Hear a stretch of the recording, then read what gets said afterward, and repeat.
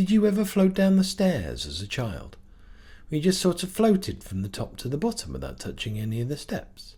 Well, I did, and it would appear that maybe millions of you did too, and I wanted to weird share, and I'd love it if you'd weird share with me.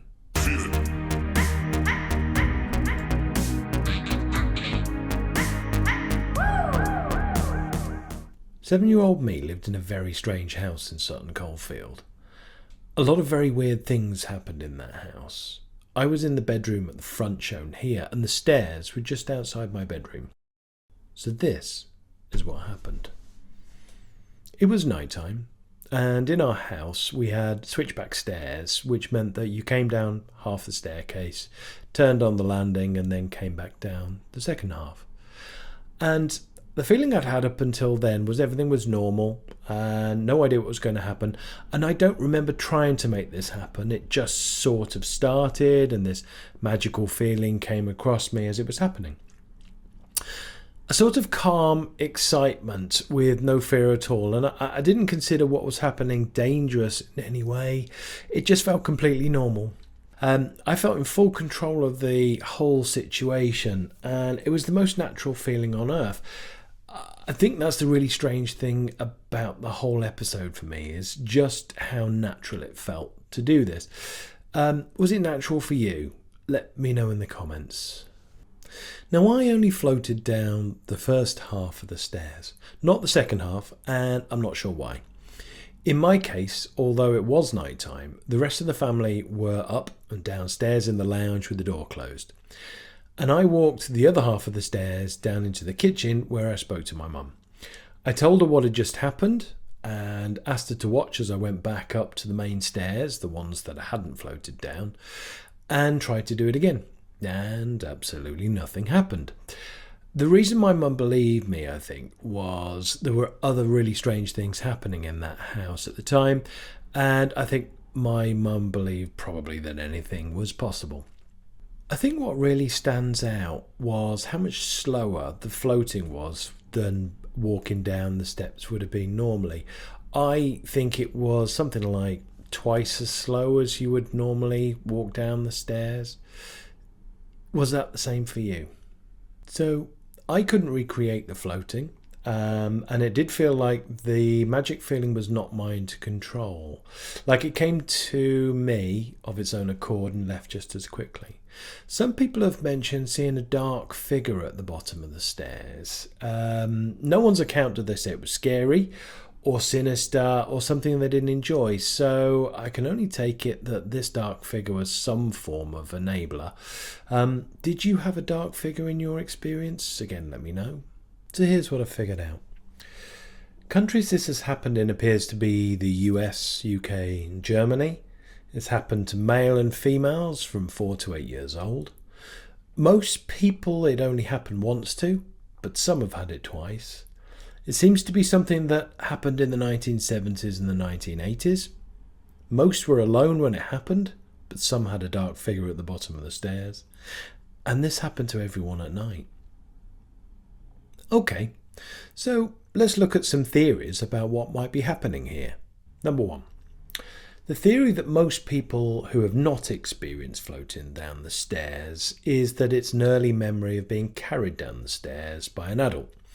And somehow that is a memory that feels like floating down on your own. One of the problems with this theory is that the ages most people experience floating down the stairs is when you're old enough to know the difference of being carried and when it's just you. The other problem is that people remember it specifically being just themselves and being very close to the stairs but not actually touching them. If you were being carried by an adult, it would have been at waist height and not experienced this floating sensation down the stairs. Dreams. Popular theory is that this was just a very real feeling dream. Whilst we've all experienced incredibly real feeling dreams in our lifetimes, this is a very specific thing that seems to be pretty much exact across all of those who have experienced it. And I don't know of any other dreams where the exact same thing has happened in the exact same way to so many people. The big problem I have with the dream theory, though, is that the experience of floating down the stairs seems to have only happened once or twice at most to people in their lifetime and at a very specific age. Dreams would occur more often over a longer period. Reality. This actually happened, that children were able to float down the stairs without touching them.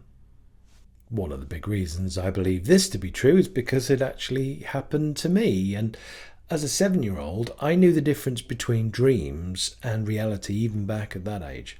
So many people have had the exact same experience with such vivid detail, and a lot of people didn't want to tell anyone as they felt like they wouldn't be believed. People are usually quite willing to share their dreams, but the reason they didn't share this happening is because they knew it wasn't a dream and there was every chance of ridicule. 3 other top theories out there. One is that this is sleep paralysis when in dream sleep, but everyone who's had it, including me, knows this was no dream. One is that we imagined all of this because we were brought up on computer games. Well, this was before that really happened. The best we had was a black and white TV game that played squash. Another theory is that this is some form of transition, driven by learning a new skill, and the steps are a metaphor. Clearly a theory from people who have not had the floating experience, and assuming this is a dream rather than a real physical event that we all went through. So how's it connected? What does all this mean? Is it that we had some sort of power as a child that enabled us to do certain things that we now consider paranormal?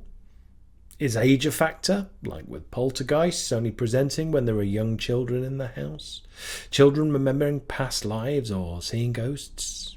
For me, I think the answer to all of the above is a resounding yes, as my other videos will go into various things that were happening in the house at the same sort of age. I believe there's a golden age that starts at around 2 years old when the senses are formed, all the way up to around 7 or 8. This golden age is where anything is possible. General research backs this up, that these magical things only happen within this specific age range. What I believe is we're connected to another world at this age, and as we get older we cannot access that world without a whole lot of meditation and effort to make that bridge. At this younger age, we're able to access this magical world without trying and do things that now we're adults we know we should not have been able to do. Why only the stairs? Why was it that we could only float down the stairs? Why not float along the floor or even up the stairs? Was the dark figure being present and floating down the stairs the transition from being connected to the upper world down into the earthly one? Were these things all locked off to us from that age forwards? So many people having the exact same experience means this happened. What's interesting is that it doesn't appear to have happened to anybody outside the 1970s and the 1980s. Not unless anybody in the 90s or even more recently can tell me this has happened to you as a child. So what was so special about that time that led us to have this one-off experience? Was it the revolting banana-flavoured medicine that gave us some sort of magical power? I'll revisit this once we've covered more and see if we can bring together information that you've shared into a live. Join me next time on Weird Share, where you can share your thoughts, experiences and theories. See you then.